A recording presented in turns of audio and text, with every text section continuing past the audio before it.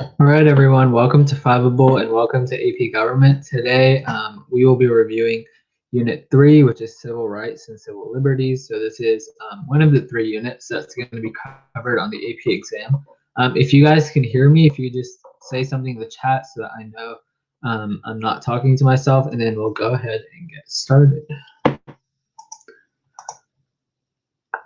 So first, I want to talk about our weekly stream calendar. So as we move into AP review time, a lot of this stuff could be changing, but I still want to make sure that this consistent schedule is up.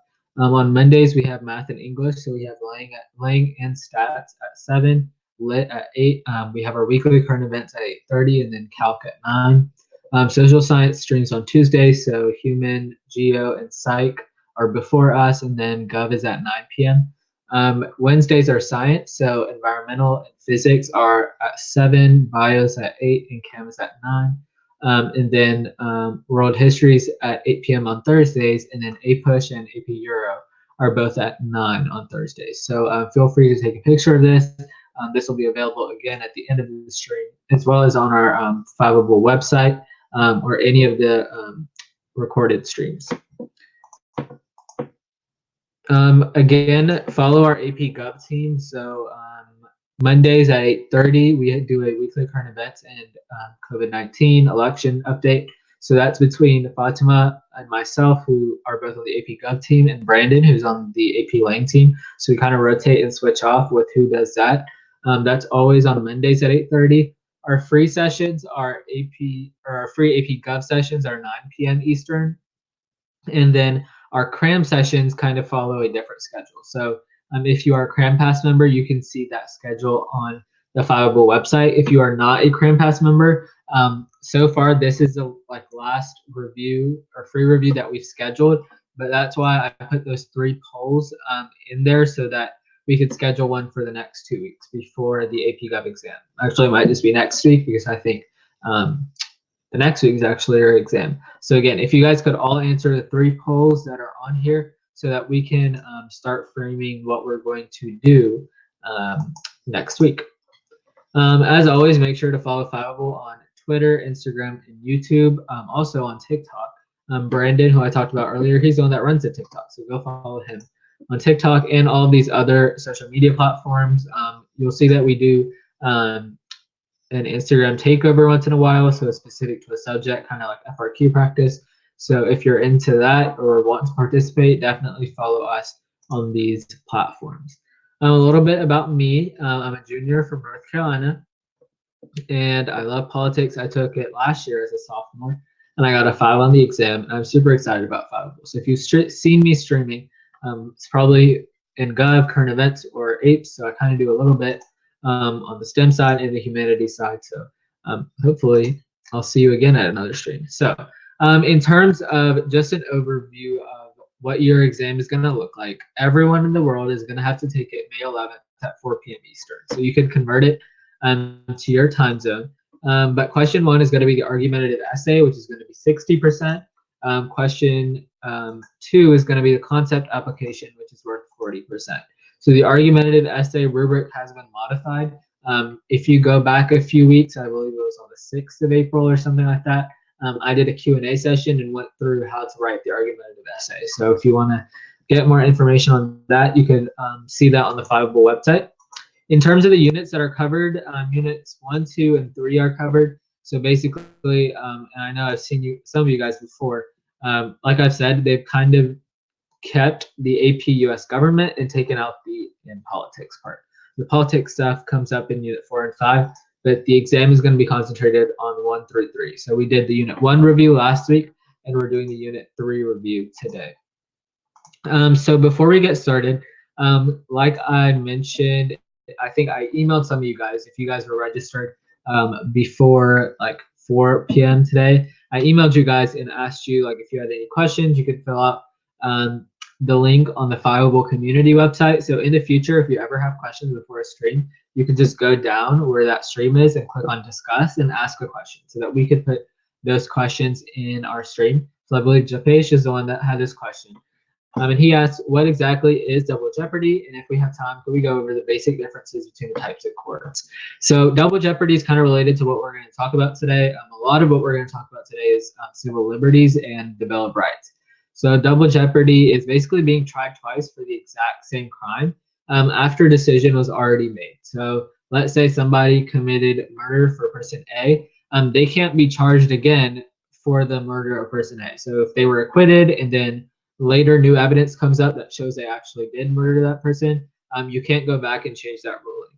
Now, let's say they murdered person A and then they were acquitted, and then they now murder person B. Obviously, yes, they can be tried for that second murder. They just can't. That decision can't go back and be reversed, if that makes sense, if new evidence occurs. I'm going to do a really quick overview of the federal court system just because I really don't think they're going to test you on that. But it is important to know. So in terms of the federal court, there are 91 district courts, which is the lowest level of federal court. Jury, there is a jury on those courts. There are 12 courts of appeal, so that's what you can see on this map. And the people that are doing the deciding are 3 judges. And then the Supreme Court, as you guys know, is the highest court in the land, and they have 9 justices. So in terms of district courts, there are 91 federal courts of original jurisdiction. That basically just means that they have the power to hear the case first, okay? And then you can just go through this slide. Again, we have 13 standards to cover, so I don't want to spend too much time on this, but you could always go back and watch the replay or the slides. They do not hear appeals, and they're the only federal court to have juries. Okay, so there's a question.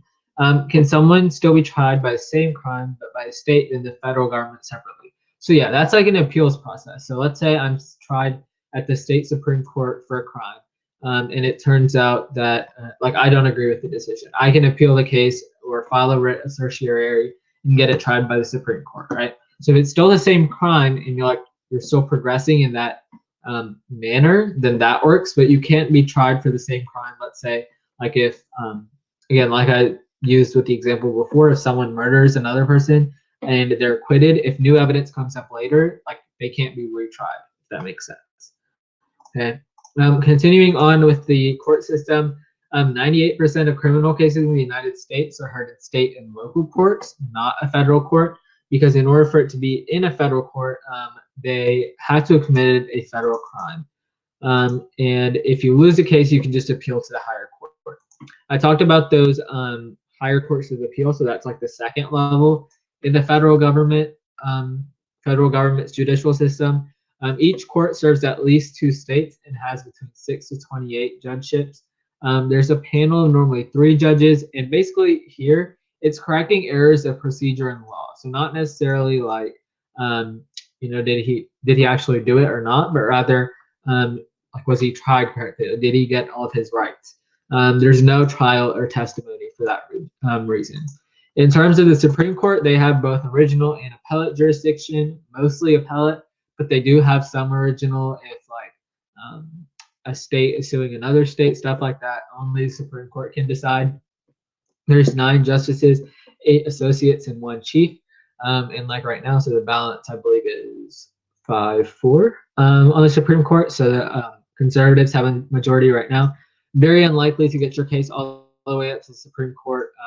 You have to file a writ of certiorari, and it has to be really significant. So it has to do with a true question of constitutionality. So you might have heard the case Gideon versus Wainwright. That's an example of a case where a writ of certiorari was filed, and then it went up to the Supreme Court. So in terms of Unit 3 and civil liberties and civil rights, there's 13 standards that are on here. So the reason why I'm kind of going fast is because this has 70 slides because it's so long. Some of this stuff at the end is 1 slide each just because there's not much information, but a lot of this stuff is Supreme Court cases. So Supreme Court cases is a main focus of Unit 3. My guess is since they took out the Supreme Court comparison essay, they're going to include something about cases or some judicial proceedings just because they've completely removed that part when they're testing you on the Supreme Court cases. So I'm assuming there will be something on the concept application that relates to this. Last year, the argumentative essay on the exam was about Unit 1, I believe, Foundations of American Democracy. So again, we'll just see what happens with this. Since they're reducing the timings and everything, really we have no way of knowing what they're going to do. So in terms of Unit 3, this is like an overview of the standards. So 3.1 and 3.7 kind of go together. That's a Bill of Rights, and they're talking about selective incorporation. Then the next 4 standards are talking about First and Second Amendment. 3 standards are talking about right of the accused. And then this group of the last 4 is talking about social movements and then majority and minority rights. So this is the stuff that's really not as big or emphasized in this unit, but it's still important to kind of know and get a framework for your AP exam.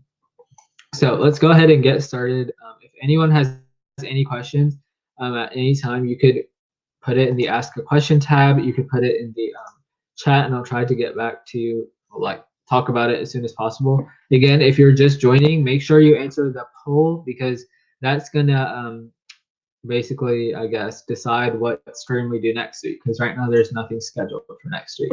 So in terms of 3.1, this is talking about a general overview of Bill of Rights and the difference between civil liberties and civil rights.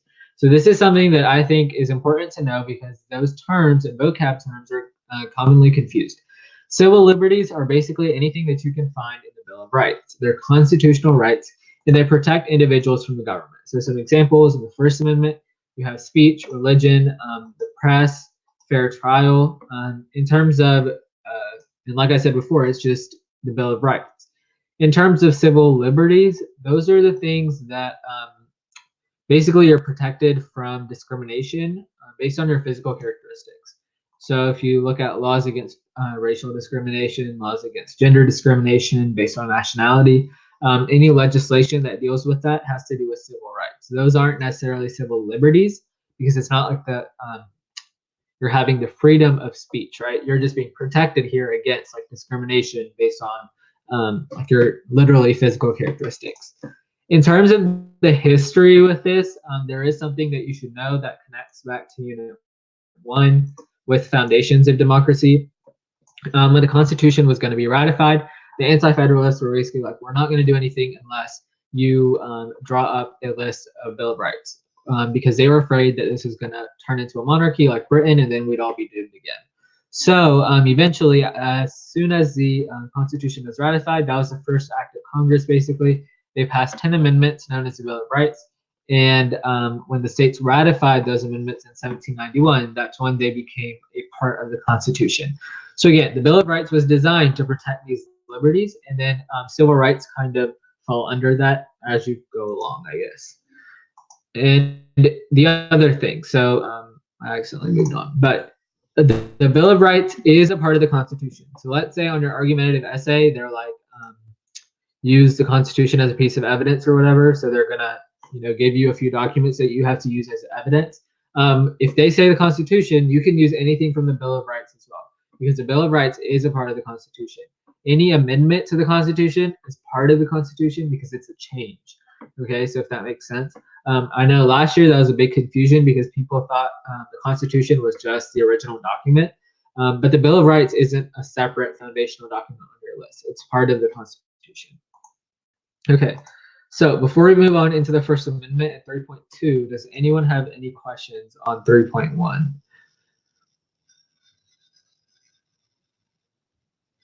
Okay, so I'm going to go ahead and move on to 3.2. Again, if you have questions, you could always put them in the chat. The First Amendment is going to talk about freedom of religion, speech, several other freedoms. So you have your acronym RAPS. So that's how you can remember them. So religion, assembly, press, petition, and speech.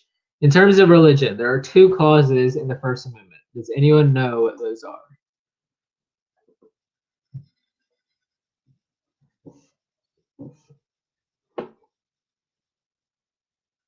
Yes, establishment, and then there's one more. Free exercise is the other clause in the First Amendment that you should know. So in terms of the Establishment Clause, it creates a wall of separation between church and state. So if you've heard that division of church and state, that's where it comes from in the Establishment Clause. Basically, what the Establishment Clause says is that the federal government can't create a federal religion. So they can't make Christianity the religion of the United States. And basically they can't endorse any religion, and that filters down to anything that's federally funded. So public schools, all of those things cannot endorse religion. So we'll talk about a case, Engel versus Vitale, that deals with this. Generally, conservatives tend to support or tend to have more support for religion in politics and schools. Again, that is leaning more towards the Unit 4 and 5 that are not covered. However, all these things are good context to have. So that was the Establishment Clause. The other clause is a Free Exercise Clause. The Free Exercise Clause is more in line with almost free speech, basically saying that each person has a right to believe what they want to believe. However, it does not allow illegal acts. So it's the freedom of religious thoughts, and you can exercise your religion however you want. However, if that exercise is a criminal activity, then that's not allowed. So that's just something to consider, I guess. Also, like I said, you can be legislated against, or you can be sued, or there can be a court case against you. You can be charged if those religious activities violate the any laws that exist. You are a criminal then, basically, if that makes sense. There are some court cases that relate to the First Amendment and religion. So the first one is going to be, if it loads, Engel versus Vitale. And then the second one is going to be Wisconsin versus Yoder. So before we get into Engel versus Vitale, does anyone know the a synopsis of the case, what it's about? Right, group prayer in schools. And does anyone know what Wisconsin versus Yoder is about? So all of these cases that I'm talking about now, those cases are the ones that are going to be tested on your AP exam if they are. So Wisconsin versus Yoder is more in line with the free exercise. And yeah, Amish kids and whether they could go to school past a certain age. So Engel versus Vitale is a case in 1962. Basically, a short summary of this is that the New York Board of Regents, which is kind of like their school board, had authorized that at the beginning of the day, a short but voluntary prayer would be recited. So it wasn't going to be mandatory. You could say it if you want, but you didn't have to. But several organizations filed suit against the Board of Regents, basically saying that it went against the Establishment Clause because it showed that the federal government was praising a religion or advocating for that behavior.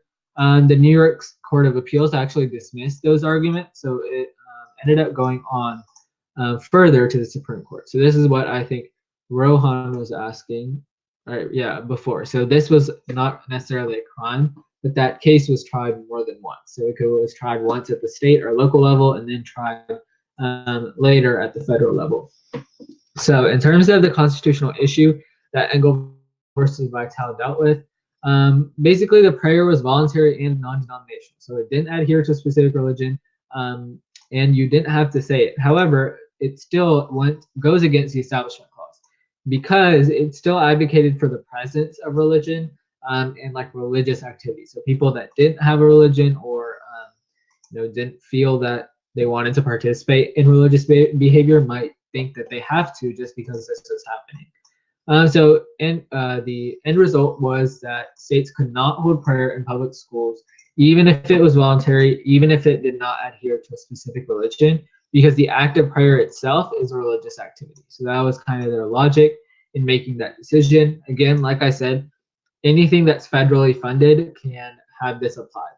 So since public schools are federally funded, that means that they can't advocate for religion. So that was the first case. The second case is Wisconsin versus Yoder.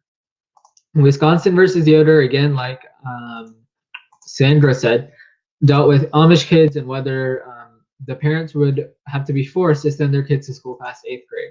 So there was some kind of Wisconsin law that said, kids had to attend school, right? Because if you don't, it's truancy. However, their religion did not agree with high school attendance or attendance past 8th grade. What ended up happening with the constitutional issue is that, again, free exercise clause. So really, is that need to have to go to school more important than the free exercise of religion to the Amish people? As you guys probably know, what ended up happening was that the requirement to send children to school beyond 16 or beyond 8th grade was held unconstitutional, And the individual interest in free exercise ended up being more powerful than the government's interest in sending kids to school beyond 8th grade. So this is an example where the individual's right was weighed more than the federal government's right. We'll see examples where it's the other way, and the federal government ends up winning. Okay, so there are cases that go both ways.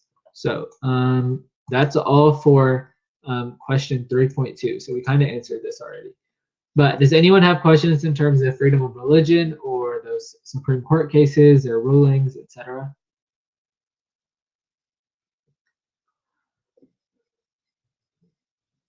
Okay, so we're gonna go ahead and move on into 3.3, which is freedom of speech. So the first thing that this standard talks about in the College Board curriculum is symbolic speech. So again, a lot of these standards relate back to Supreme Court cases. What the College Board says is that symbolic speech is protected by the First Amendment's free speech clause, right? So the case that goes with this is Tinker versus Des Moines, and that's what we're going to talk about with this standard. And like I said before, there's efforts to balance social order and individual freedom, and that's reflected through interpretations of the First Amendment, not only through speech, but through religion, press. So whether the individual's interest in free speech or the freedom of exercise of religion, is that important? Or is the need to balance social order and the need to have the federal government have power? Which one is more important? Okay. The kind of like defining factors that College Board wants you to know is time, place, and manner, how it's conducted. So if it's free exercise of religion, is it truly like an exercise of religion? Again, if there are any offensive or obscene statements involved, etc. Okay, so that's like the main thing about the First Amendment. We're going to discuss several cases. So first Tinker, and then Schenck. So does anyone know anything about Tinker versus Des Moines? Right, students chose to wear armbands to advocate for peace, and those armbands are symbolic speech because they really didn't like say anything necessarily, but rather they displayed it. So they displayed it using those armbands, and right, it was protest against the war at that time. So a short summary of the case, like Alexandra and Japesh said, they were advocating for peace and protesting the Vietnam War. And they kind of wore these armbands despite warnings from their school administration and principals. After wearing those armbands, they were sent home because supposedly this was against their school rules or whatever. They couldn't advocate for stuff like this. Their parents, I believe, or the students maybe, sued the school district for violating their freedom of expression. So the First Amendment guarantees free political speech. So the students sued the school district for that. The main constitutional issue, and basically if you're asked about this on FRQ, this is probably what they would focus on. Did the prohibition against wearing the armbands or having that symbolic speech violate the freedom of speech clause?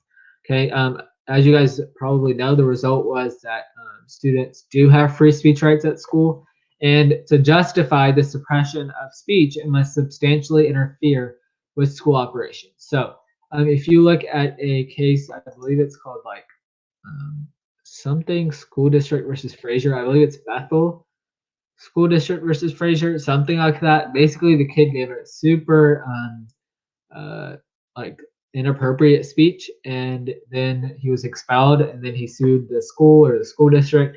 It ended up going on the school district side just because that was actually substantially interfering with the school's operations. So if you're interested, look that case up. And like I said earlier, the right of individual freedom of that symbolic speech is more important than the potential disorder it could cause. One phrase that you might hear associated with this case is students don't shed their rights at the schoolhouse gates. If you ever hear that phrase, that comes from the ruling in this case. So those students that protested the war shouldn't have to shed their rights at the schoolhouse gates for the freedom of speech. So does anyone have any questions in terms of Tinker versus Des Moines? All right, so we're going to go ahead and move into Schenck versus the United States. One thing that I forgot to mention at the beginning is that if Crowdcast, like this platform, if it ends up crashing or if there are technical difficulties, I'll just do my best to reload. There have been some issues with Crowdcast the past few days, and like I don't know, technical issues, I guess. So if something happens and like I disappear on here, I'll just try to connect back as soon as possible. So like don't leave. I'll be back. Okay. So moving on with the First Amendment. Next, we're going to talk about the case Schenck versus the United States. So this is a case where the federal government's interest was weighed more than the individual's interest. So during World War I, several socialists, including Schenck, distributed leaflets basically advocating for people to disobey the draft. He stated that the draft would violate the 13th Amendment, and he wanted people to not go with it. Okay, he was charged with violating a law at that time, the Espionage Act of 1917, and he appealed on the grounds of First Amendment because he was saying that he should be able to advocate for whatever he wanted. So if he wanted to say that the draft was going against Amendment 13, then he could. So the question here is, did that act that charged him violate the First Amendment? And is this an appropriate exercise of Congress's wartime authority? So this is kind of a two-sided question. What ended up happening was that the act did not violate the First Amendment, and it was an appropriate exercise of Congress's wartime authority because of something called the clear and present danger test, which is a key limitation on the First Amendment. Free speech, the free speech clause does not allow for the advocacy of unlawful behavior. Just like you can't practice unlawful exercise of religion, you can't practice unlawful behavior and claim it's under free speech. So that's where the phrase clear and present danger comes from. If it causes a clear and present danger, then it doesn't necessarily go with the First Amendment. So if you guys could answer this in the chat, fill in the boxes 1 and 2 with the appropriate Supreme Court case.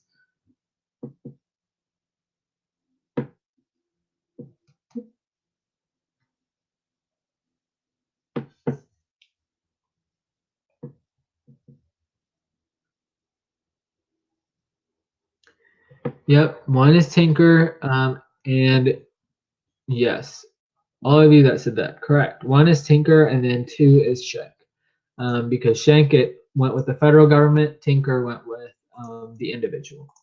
Okay. So next thing that we're going to talk about is the other freedom in the First Amendment. So before we do that, does anyone have any questions for Standard 3.3, which was freedom of speech?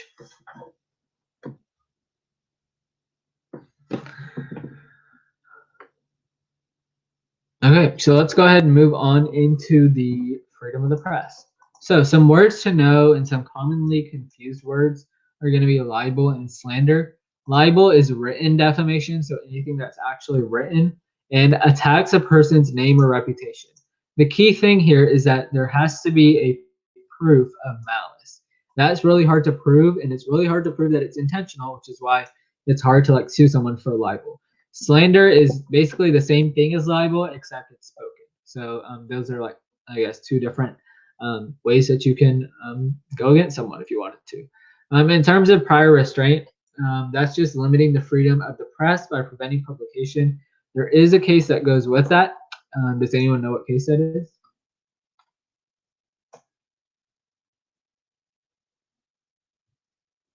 All right, so we're going to go ahead and talk about one of those cases, which is the New York Times versus the United States. Correct. So it is known as a Pentagon Papers case because of what it involved. Basically, the Nixon administration was trying to prevent the New York Times from publishing specific and supposedly classified material. The Defense Department had conducted a study about U.S. intervention in Vietnam, and Nixon said it was really necessary to national security to prohibit that from being published. So that was kind of his reasoning. And again, this ties back to that term of prior restraint. Okay, the constitutional issue at stake here was whether Nixon's administration's prior restraint, so restricting that publication, was constitutional, and if preventing the publication of classified material was a violation of the First Amendment. The First Amendment guarantees free press. If this is happening, is that truly fair and actually going with what the First Amendment says? And like I said, this goes with freedom of the press. So what ended up happening and what the constitutional principle and the holding was that the Supreme Court bolstered the freedom of the press through this ruling. basically they said there was going to be a heavy presumption against prior restraint, even for national security purposes. So there has to be obscenity or immediate and direct danger to national security for them to invoke prior restraint. So he said in this case that was not there, so they couldn't really restrict that publishing. So really 3.4, all that was the Supreme Court case, which was New York Times versus the United States. If you have any questions, again, go ahead and put that in the chat. But we're going to move on into the Second Amendment and the right to bear arms. So as you guys probably know, the Second Amendment is one of the more controversial amendments just because of its split among political parties. Okay. So if this goes on. Okay, so the decisions on the Second Amendment rest upon the constitutional interpretation of liberty. So that's kind of the quote, the big words that College Board uses. What that's saying is really nothing special. It's just like every other amendment. Okay, there's a conflict between public safety, what's good for the public, and individual rights, which is again a common theme, right? So depending on what happens with every Supreme Court justice and how they rule, that constitutional interpretation of liberty and that right to bear arms is going to differ, as is this with the conflict between safety and individual rights. So we'll talk about some specific selective incorporation cases that deal with Amendment 2 later. But this is, again, all that College Board asks you to know with that standard. So does anyone have any questions about the Second Amendment?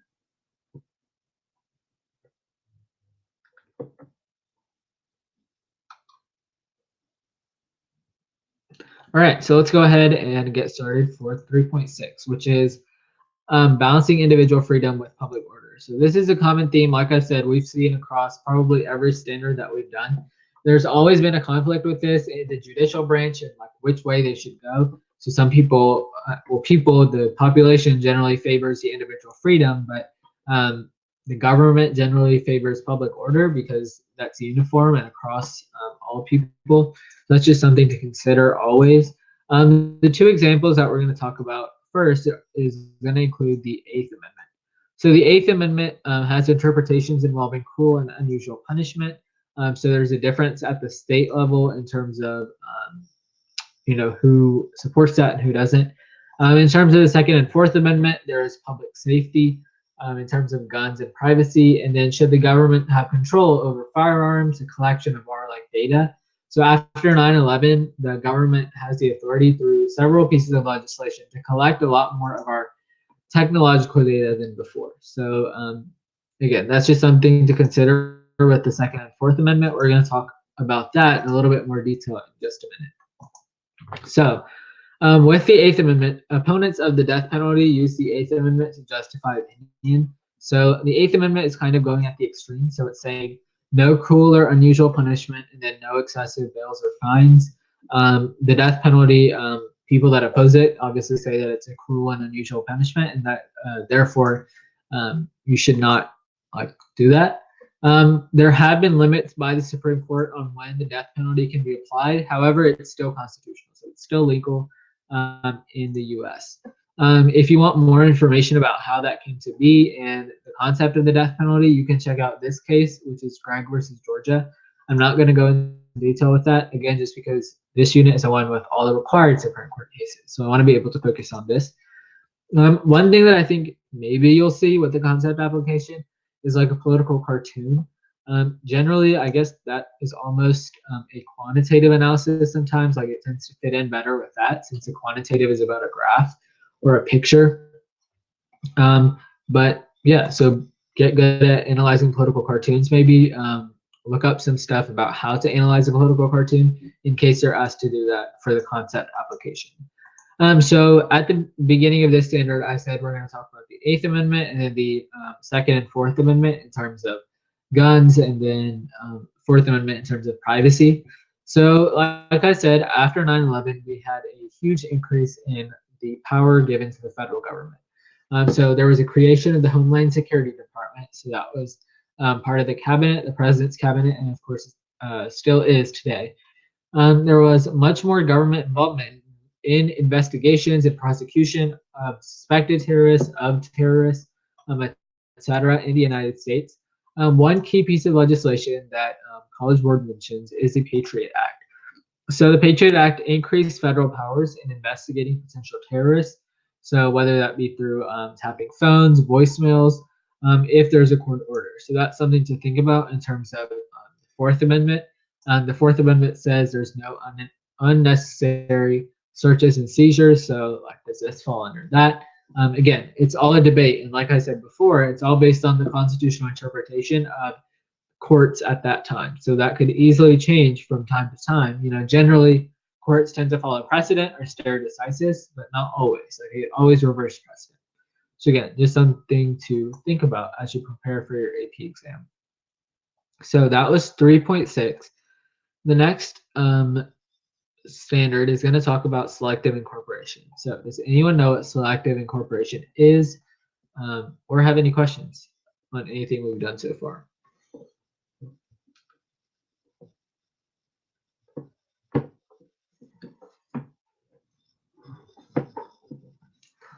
Right, it does have to do with the 14th Amendment. Any other thoughts on like what it does? Or like what clause or constitutional clause that involves, etc.? Right, so it's how courts make decisions and implement rulings on a case-by-case basis. And the most important thing is that they're making the Bill of Rights applicable to the states. So I saw, even recently, I think it was like in the past few weeks, that a clause of the Sixth Amendment had been selectively incorporated. So this is stuff that's happening like consistently. Just last year or the year before, the Eighth Amendment was selectively incorporated. So again, this is happening over time and over a long period of time. So it's not just all the Bill of Rights at the same time. So originally, the Bill of Rights did not apply to the states, okay? But through the case, Gitlow versus New York, the freedom of speech and press were declared fundamental and therefore protected by the Due Process Clause of Amendment 14. So one thing that you'll find is common with all of these selective incorporation cases is that the right is deemed fundamental, and then it's protected by the Due Process Clause of Amendment 14. So if they ever ask you about selective incorporation, the correct answer is Due Process Clause. They will not accept Equal Protection Clause. So just make sure that if it's about selective incorporation, the answer is Due Process Clause, not Equal Protection. Equal Protection, that's like Brown versus Ward, that type of case. Okay, so through Gitlow versus New York, that started like the tradition of extending requirements of the Bill of Rights to the states. So like Japesh said, it happens piece by piece on what's called a piecemeal basis, okay? Not all at the same time. So not all 10 amendments and all their clauses were incorporated at the same time. In fact, some of them have still not been incorporated. So the first case that we're going to talk about that dealt with selective incorporation is McDonald versus Chicago. Does anyone have any idea what this case entailed?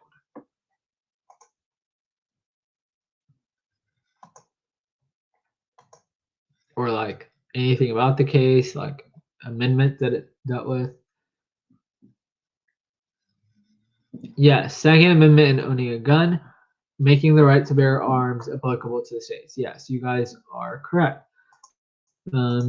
So in a summary or as a summary, I don't know what's the right word, but Chicago passed a handgun ban law, and several suits were filed against the city challenging the ban after another case in Washington, D.C., which was called D.C. versus Heller.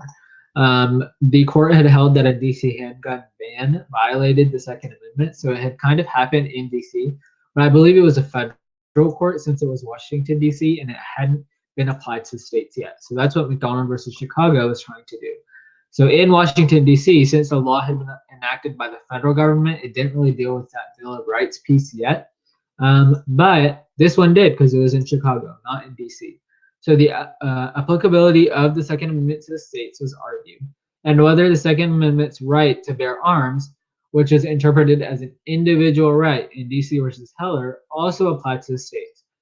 So individual right, like I said before, in all of these selective incorporation cases, they're going to say something about that right or that liberty being a fundamental or an individual right, and it being applied to the states through the 14th Amendment's Due Process Clause. Okay, so it's almost like you could fill in the blanks if you're asked a question like that. In terms of the holding and the constitutional principle, The court stated that the handgun ban was unconstitutional in a 5-4 ruling, and they said since the right to self-defense was fundamental, the Second Amendment was incorporated to the states. So again, through the 14th Amendment's due process clause. So always, always, always, if you know it's a selective incorporation case, follow those steps or outline that for yourself. Okay, it's always those few steps. Okay, so hopefully that makes sense. And now we're going to move into 3.8, which is talking a lot more about rights of the accused. So does anyone have any questions about that?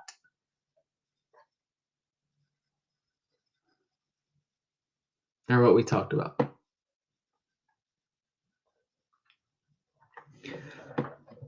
Okay, so let's go ahead and get started with 3.8, which is rights of the accused. Again, if you're just joining us, please fill out the poll.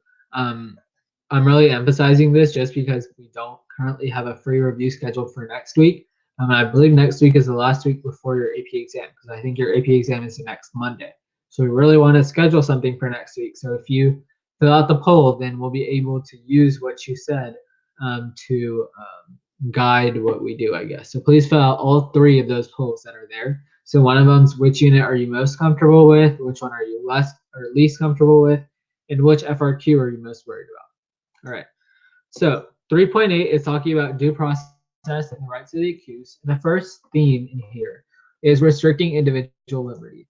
You'll see that I've said like this conflict or this almost dichotomy between individual liberty and public safety or public order or social order is a consistent theme throughout almost every standard. So we saw this in Schenck versus the United States, where the Supreme Court sided with the federal government and said, if there's a clear and present danger, that's not allowed, right? So one thing that you want to remember and probably have heard before is the Miranda warning or the Miranda rule. Basically, it's saying that you have the right to remain silent, but there is a public safety exception. So kind of two-sided, I guess. You can see the full thing right here, but the right to remain silent. What that means is that you're protected from self-incrimination. So you can't be forced to say something against yourself. On the other hand, let's say you say something about yourself, but there's truly like a danger to public safety and like, you know, it's like a big case and that applies, then there is an exception to the Miranda rule. So again, you'll see that there are exceptions here when there is like a true danger to public safety. So we saw that with prior restraint. We saw that with free speech, with the exercise of religion. Again, consistent theme throughout this entire unit. The other thing that I wanted to talk about is more with the amendments. So in terms of pretrial rights in the 4th Amendment, there's a prohibition against unreasonable searches and seizures. The exclusionary rule basically says that illegally seized evidence cannot be used in trial. So if they don't follow that rule, which says you can't search and seize without a warrant, and then they get evidence that goes against you, they can't use that against you in trial because of the exclusionary rule. So the first time the exclusionary rule was applied was in the 1914 case, which was Weeks versus the United States. Now, I had never actually heard of this case before I was researching for today's stream. However, the case that you guys probably know and I'm more familiar with is Mapp versus Ohio, which was when the 4th Amendment was incorporated to the states through the Due Process Clause. So remember, each of the amendments had to be incorporated, and Mapp versus Ohio is the one that did that to the states. Mapp is not one of your foundational or your required Supreme Court cases, so I wouldn't expect that they would ask you about that. But they do mention the exclusionary rule, so it might be good to have some context on that. Other pretrial or like trial rights for the accused in the 6th Amendment and a little bit in the 5th Amendment, we learn about the right to legal counsel, a speedy and public trial, a fair, representative, impartial jury of your peers. All of those are guaranteed. And then protection against, this one it seems almost kind of out of place, but I included it because it was in College Board's curriculum. So there's a protection against warrantless searches of cell phone data. So that's something, again, you can talk about with the freedom of speech. So they kind of included this in 2 places. Again, it's not really a pre-trial right, but it is important to remember that with increasing technology comes more issues of involving the right to privacy. Okay, so the other terminology that you want to be aware of with due process and the rights of the accused are 3 terms that are probably some hard AP Gov terms that you've heard in either U.S. history or you've heard reference in a vocab list somewhere and kind of forgot about. I highly doubt they'd ask you about this if they're limited to asking 2 FRQs for the entire year. However, again, it's good to have context. Habeas corpus is basically when the prisoner knows what they are in prison for. As you know, like Lincoln, he suspended it during his presidency. When that happens, it's considered like an overreach of power. A bill of attainder, that's something that provides for the punishment of a person without a court trial. Now, the Sixth Amendment guarantees a free trial, right? So a bill of attainder is prohibited by the Constitution. Ex post facto law. This is a law that's applied to an act committed before the law is enacted. So let's say, I don't know, I paint a pencil red, okay? 2 days after I do it, they pass a law and they say there's a law prohibiting all pencils being painted red, right? They can't go back and then charge me for painting this pencil red because I painted it before the law actually happened, right? So that would be an example of an ex post facto law being applied to something that's already happened. So again, that's also prohibited by the Constitution. And that kind of ties in with that double jeopardy stuff that we were talking about at the beginning. So this is a pretty famous case, and I'm sure you've probably heard of it. There's a really good documentary on YouTube, I think, if you haven't watched it, about Gideon versus Wainwright. A summary of this case, basically, this guy, Gideon, was charged in Florida for a felony breaking and entering charge, and he requested that he received a court-appointed lawyer. However, in accordance with Florida state law at that time, only people who were charged under a federal case or a capital case could get an attorney appointed to them by the state court. So this was, again, kind of like a federal thing. In terms of what a capital case is, it's a prosecution case for murder in which a jury is asked to decide whether a defendant should be put to death or not. So that's the only time when they were allowed to get lawyers, if they were in state court. However, Gideon was like, that doesn't make sense because that's not what the Sixth Amendment says. So the Sixth Amendment and the constitutional issue here is whether the right to counsel guaranteed in this amendment also applies to felony defendants in state court. So again, incorporating what the federal government said to the states. So what happened with Gideon versus Wainwright was that the Sixth Amendment's right to counsel does apply to state court defendants through the 14th Amendment's due process clause. Again, this key phrase that I've been talking about, the right of counsel is fundamental, and that's why it's incorporated to the states through that due process clause. So yeah, that's something you should know.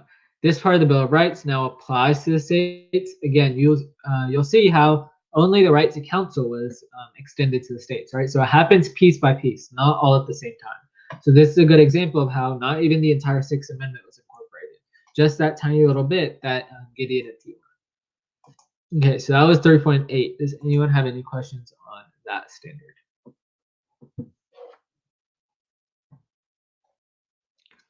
All right, so that's it for 3.8. Now we're going to move in a little bit more with amendments, but to the right to privacy.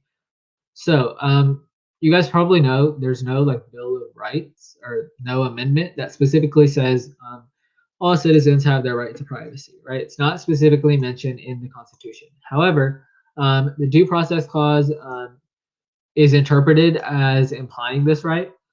And there's several ways where other amendments can apply to the right of privacy, including 1, 3, 4, 5, and 14. So 1 guarantees the freedom of religion. So that's like, I mean, I guess a private thing. That one doesn't apply as much. Number 3 prohibits the government from quartering, like forcing citizens to quarter soldiers in their homes. 4th Amendment protects citizens from unreasonable searches and seizures without a warrant. 5th Amendment prohibits private property from being seized without due process of law. So I think, or eminent domain is what that is. And then 14 is a due process clause, right?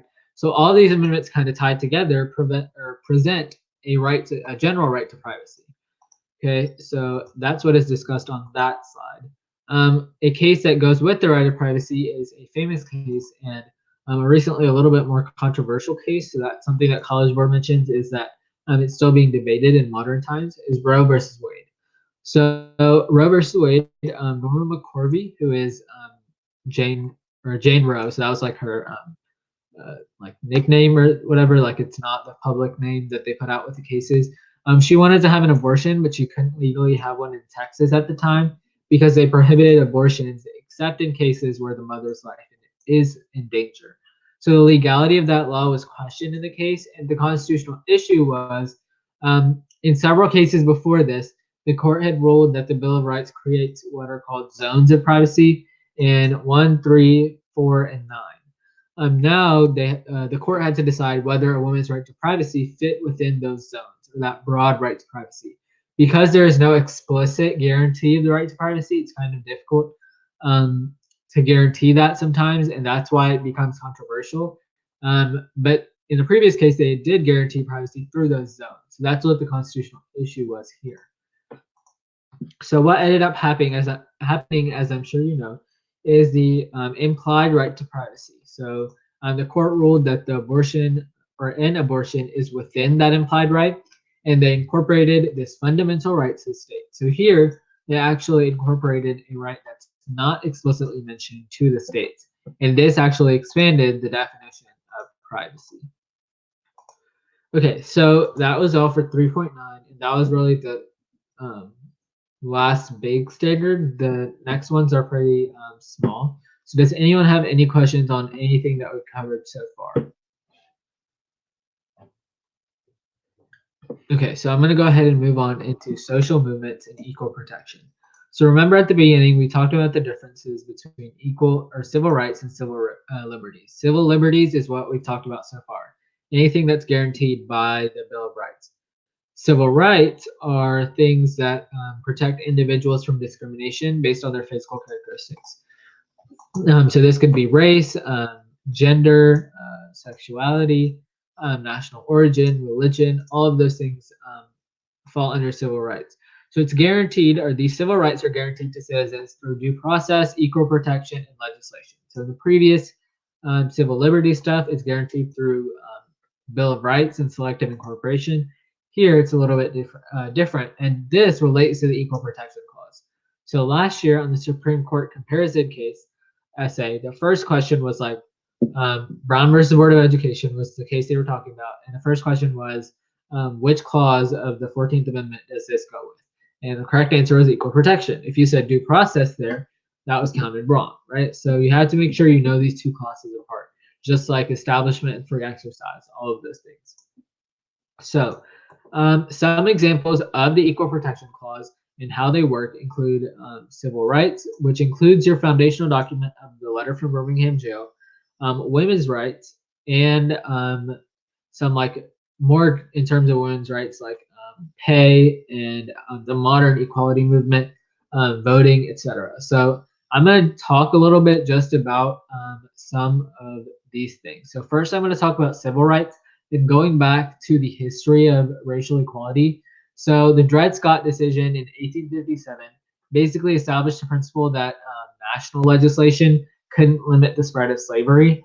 A few decades later, in 1896, Plessy versus Ferguson said separate but equal. So if the facilities were equal, like in I guess aesthetics and the way they function, etc., that was okay as long as they were equal. But they could be separated, so segregation could occur. Finally, however, in Brown versus Board of Education, they reversed that. They said separate can never be equal, and that's when they desegregated schools. In terms of women's equality, a key piece of legislation that they want you to know is Title 9, which I believe we're going to talk about on one of the later slides. But some other things that you want to know about is that women's rights activists were very disappointed when the 15th Amendment failed to grant women the right to vote, right? It wasn't until the 19th Amendment that women could vote. In 1972, there was something passed, or almost passed, called the Equal Rights Amendment. Okay, so this was a proposed amendment to the Constitution, and it basically said equality of rights in everything. So it cannot be denied by the United States or abridged by the United States or any state on account of gender. This actually fell 3 states short of that 3/4 that's necessary for ratification. So this would have been an amendment to the Constitution where it said men and women are equal in all aspects. However, this amendment did not go through with all state legislatures. And now there's some more push for that to happen again. The Civil Rights Act of 1964 prohibited discrimination in employment based on race and sex. The Equal Pay Act of 1963 requires employees to pay women and men the equal pay for equal work. Obviously, that wage gap still exists. It's like 81 cents or 78 cents for every dollar. So women earn like 81 cents for every dollar that a man makes. So, we're still not there yet. In terms of going back to the civil rights movement in your argumentative essay, one thing that you should know about is this foundational document, the letter from Birmingham Jail. The letter from Birmingham Jail is probably, for me at least, it was one of the more confusing foundational documents because it is so long. What I would recommend you do is print out an abridged version or a summary. I'm sure there's something like on SparkNotes or like lit charts that could help you with this, and make some kind of one pager so that you can use it on your AP exam. So with what Martin Luther King was doing, some background. He was arrested for parading without a permit, and he spent 11 days in Birmingham Jail. This letter was in response to a joint statement released by 8 Alabama clergymen. And basically they said ending inequality should be done in courts. And they said there's responsible citizens that are actually working on realistic approaches. And they said there's hatred and violence happening, and that comes from religious and political reasons. Okay, so the letter for Birmingham Jail actually establishes that foundation for nonviolent action, which we know Martin Luther King for. So in terms of what King said, these are some important quotes and details that I picked out. He said, injustice anywhere is a threat to justice everywhere. He said that slaves waited 345 years for freedom. Isn't that long enough? And he discusses this idea of an unjust law is no law at all. So like, for example, Hitler's actions were legal in Germany at the time. However, it was an unjust law. So should that really be considered a law? Right? And he talks about the emotional toll it's having on young children. He used an example of his own children. And he forced everyone to confront racial issues head on. Okay. So that was a summary of that foundational document that you need to know for your AP exam. Again, I would recommend that you actually read it yourself so that you know what is stated in case that is tested on your argumentative essay.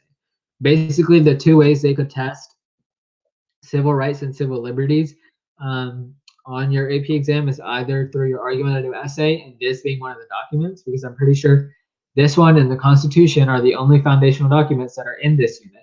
So they could test it this way, or they could test it in your concept application with anything else. Okay. In terms of government responses to social movements, there's several ways that has happened. I talked about the Civil Rights Act of 1964. And I mentioned we were going to talk about Title IX and the Voting Rights Act of 1965. What Title IX did with was the full name is Title IX of the Education Act of 1972. It forbids educational institutions receiving federal funds from discriminating against female students. So this actually helped develop female athletic programs in universities. So before that, because many colleges, they didn't really establish that kind of women's athletic program, because this law said you can't discriminate against women, and basically if you do, you won't get federal funding. That caused the development of many female athletic programs. The Voting Rights Act of 1965 outlawed literacy tests and other kind of discriminatory practices that had been responsible for not allowing African Americans to vote at the time. And later, so after the Voting Rights Act, the 24th Amendment prohibited, well, actually, I'm not sure if this was before or after, just because the date where it was, the date of 1965 might be the time when it was passed or the time when it was in Congress. But the 24th Amendment, which I believe was advocated for in 1964 and eventually was passed around that 1965, so all within that range, prohibited poll taxes. So this was kind of, again, trying to make sure that there was equality between African Americans and whites in terms of voting.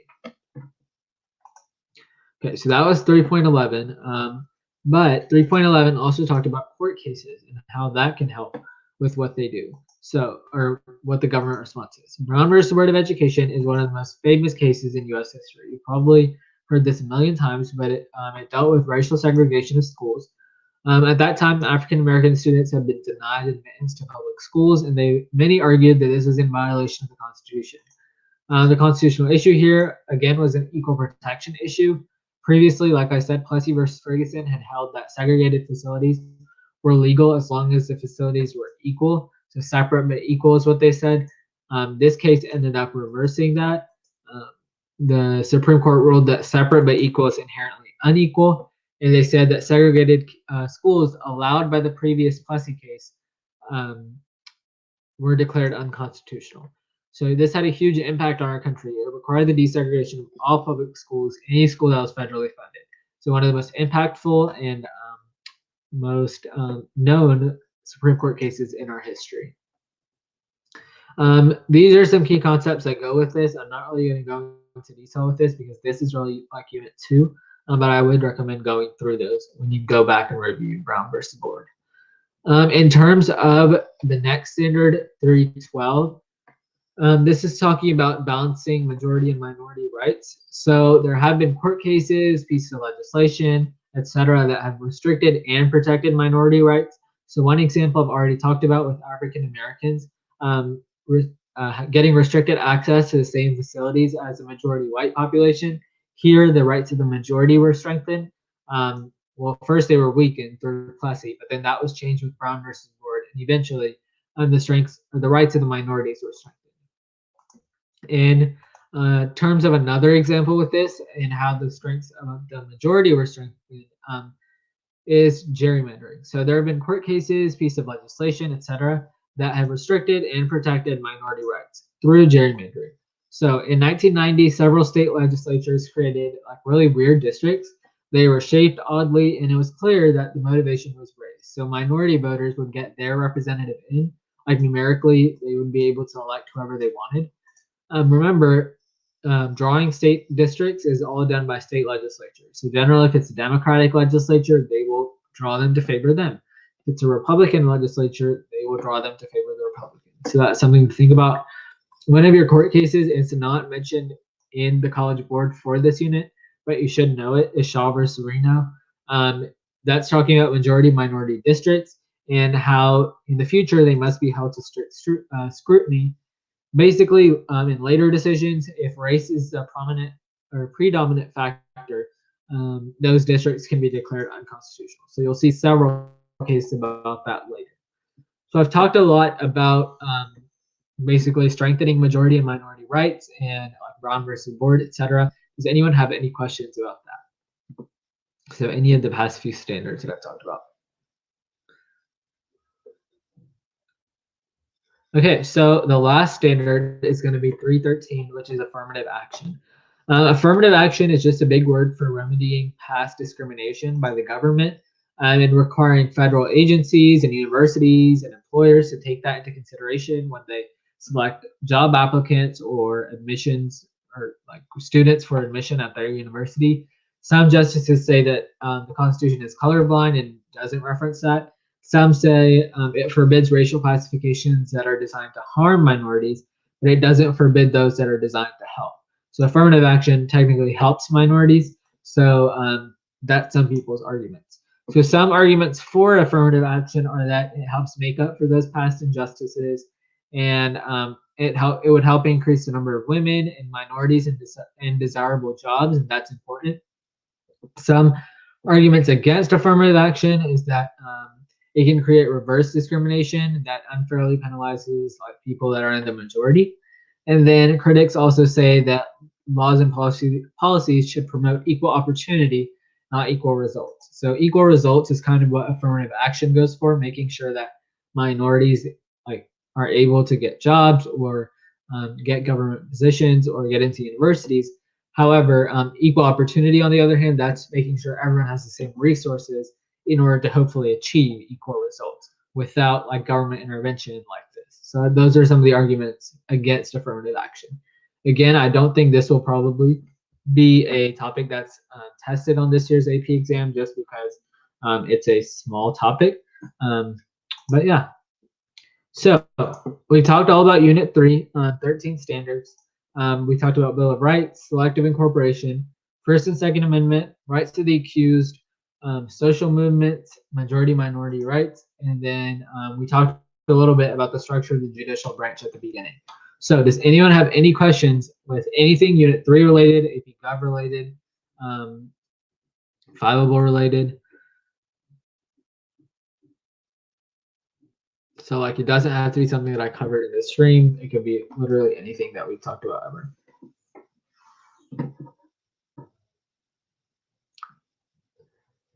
If not, that's all I have. So you guys are free to leave if you're good. I'm good. Remember our weekly stream calendar. We are going to be streaming Tuesdays at 9 p.m. I will use these suggestions that you guys had in terms of the units you're most comfortable with, units you're not comfortable with, and the FRQs to try and come up with a plan with my Gov team. Well, not my Gov team, the Gov team, and some of the other humanities streamers to do something for next week and maybe the day before the exam as well. If I don't see you guys again in future streams, good luck on your exam. I hope you guys are doing well and staying safe. As always, remember we have current event streams every Monday at 8:30, at least for the next 2 weeks. And then we stream at 9 p.m. For reviews. So as always, remember to follow Fiveable on Twitter, Instagram, YouTube, TikTok, every app, all the same handle. And if no one has any questions, I'll stick around for like a few seconds. If no one has any questions, that's all for me.